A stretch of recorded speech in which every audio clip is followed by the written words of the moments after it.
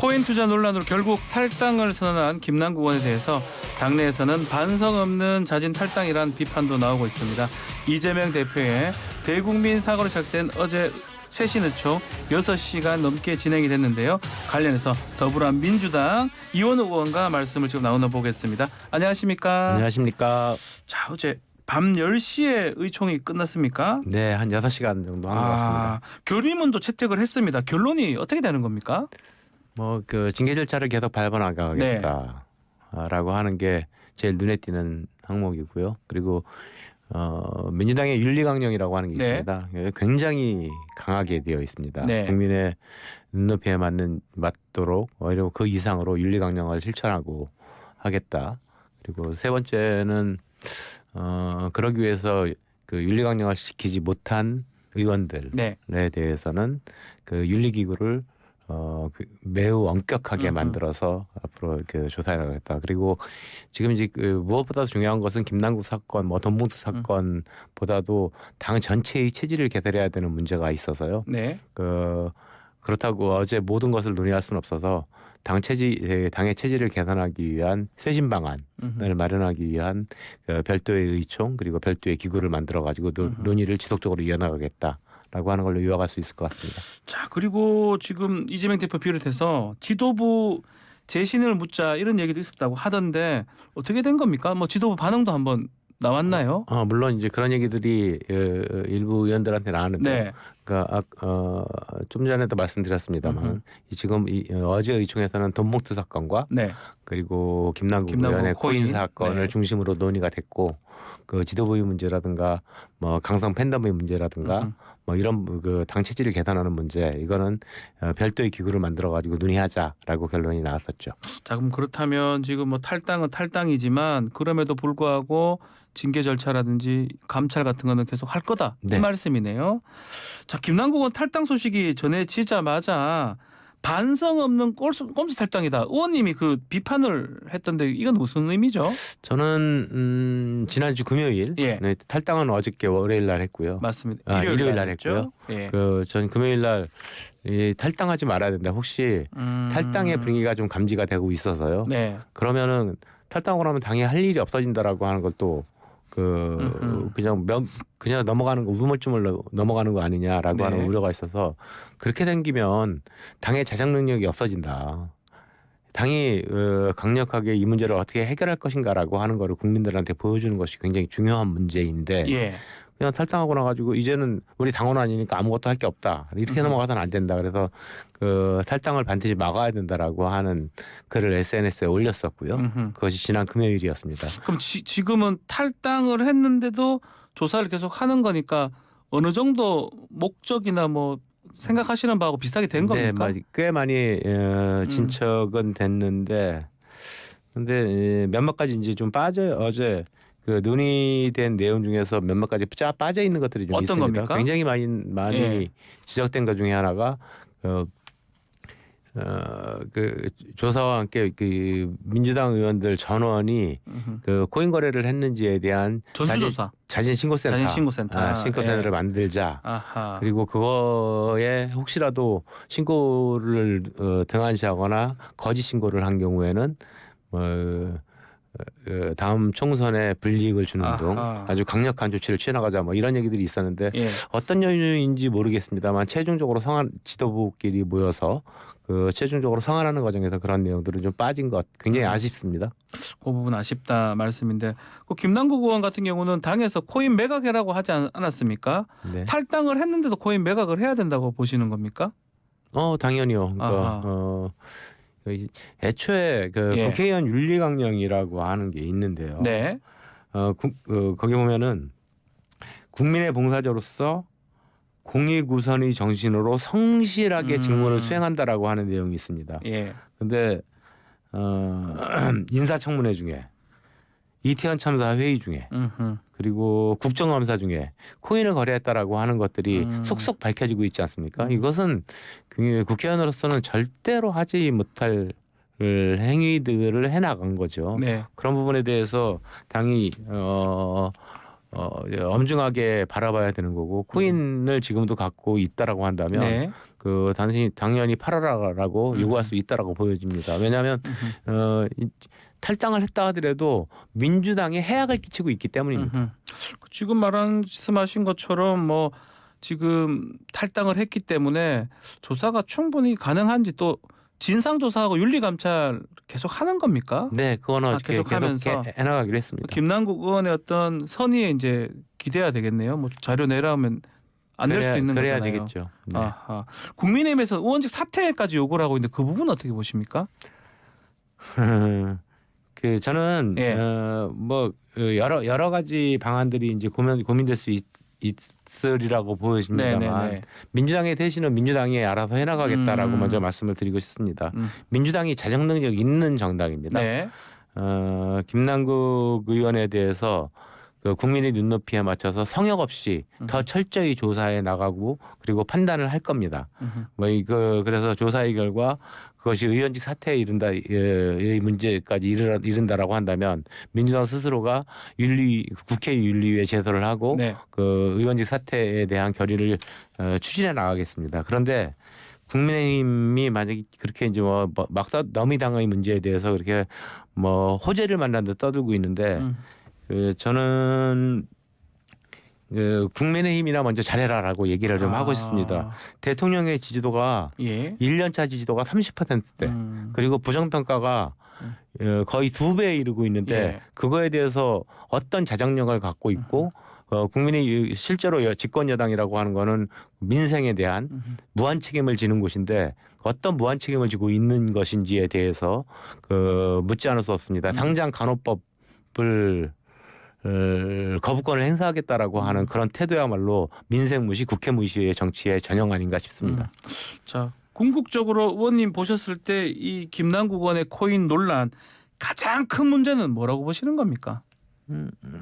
아까도 말씀드렸는데요. 그러니까 국회의원 윤리강령을 위반한 문제인데요. 윤리강령 부분. 그러니까 돈 벌려고 하면 국회의원 하지 말아야죠.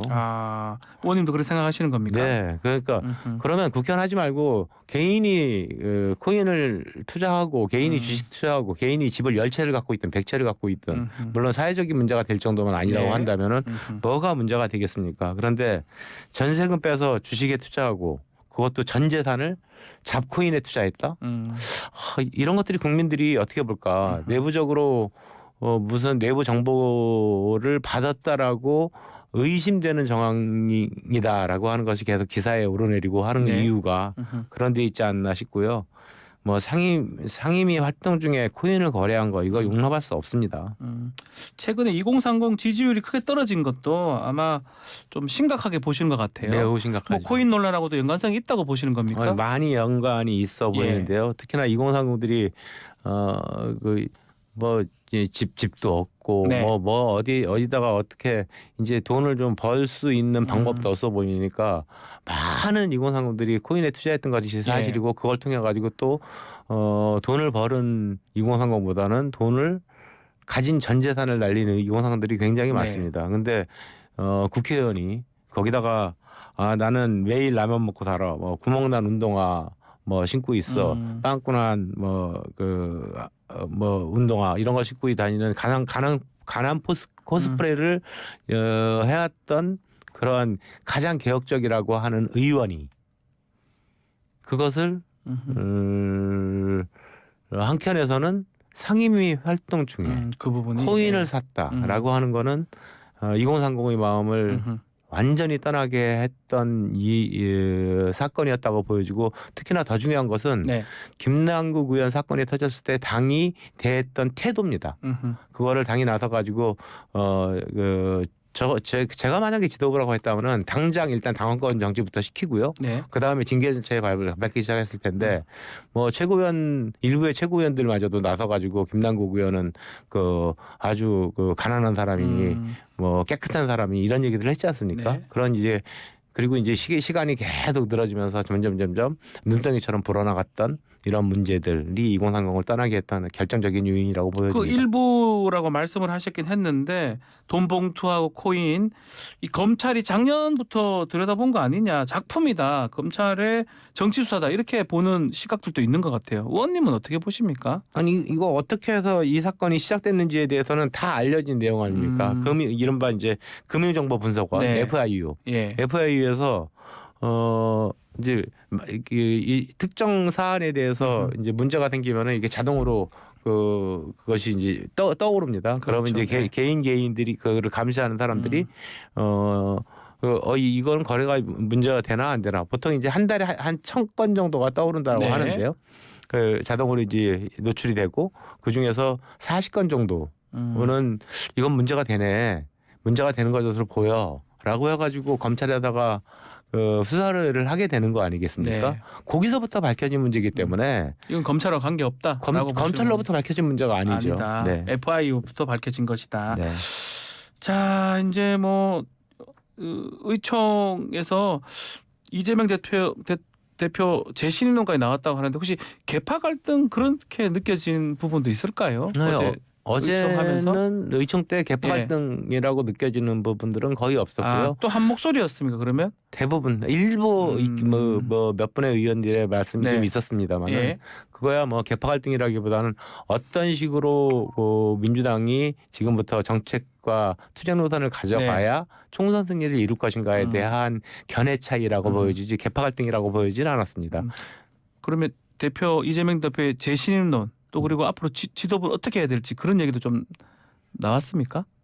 일부 나왔는데요. 그러니까 이게 거기서 비공개 의총에서 논의된 거를 제가 이 자리에서 소개해드리는 거는 적절치 않아 보이고 저는 이제 많은 언론들한테 그런 제 의상각을 말씀을 드렸었는데 의원님 생각 어떤지 궁금합니다.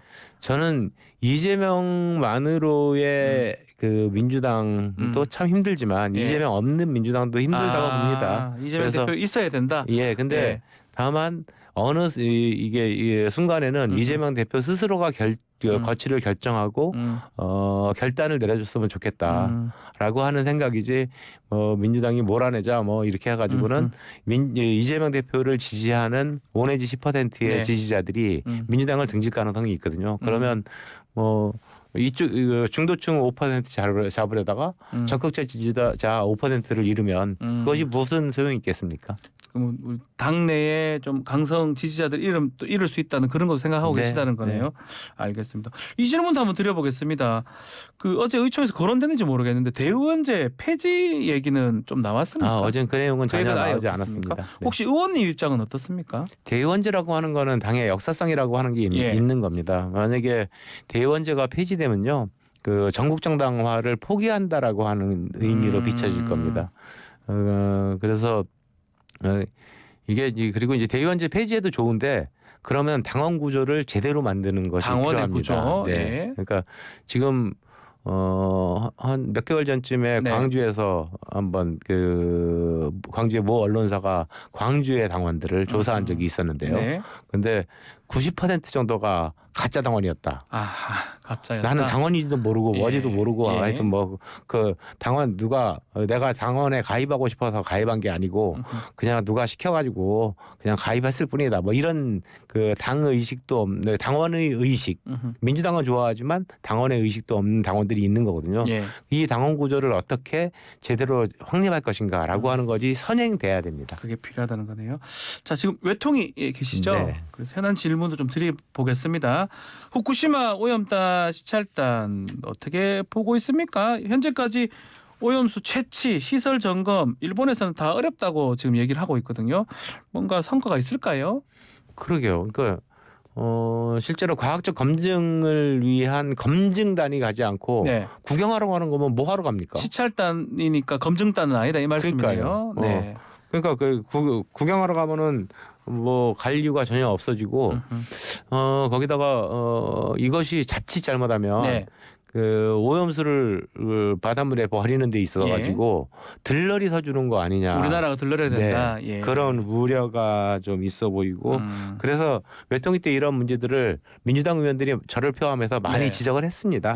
그런데도 불구하고 뭐 그 당시는 외교부 장관은 안 오시고 차관이 나왔는데요. 1차관이 예. 검증에 가까운 시찰이 될 것이다라고 했는데 요 최근에 일본의 반응을 보면 검증에 가까운 시찰이 아니고 그냥 말 그대로 구경에 가까운 시찰 정도로 예. 그냥 끝나버리는 거 아닌가 해서 우려스럽습니다. 그 용어 사용 있잖아요. 오염수를 이제 오염 처리수 아니면 뭐 처리수 여러 가지 얘기가 나오고 있는데 이렇게 용어를 자꾸 뭐 어떻게 하자 이렇게 하는 건 왜 이렇게 하는 걸로 봅니까? 그러니까 원전 폐수라고 얘기 안 하는 것만 해더라도 네. 자기네는 고맙게 생각해야죠. 아하. 완전히 원전 폐수에 가까울 수 있다라고 하는 우려들이 예. 뭐 그린피스라든가 많은 환경단체들로부터 지적되고 있는 문제거든요. 원전 폐수라고 보시는 거군요. 일부 처리는 네. 했지만 네.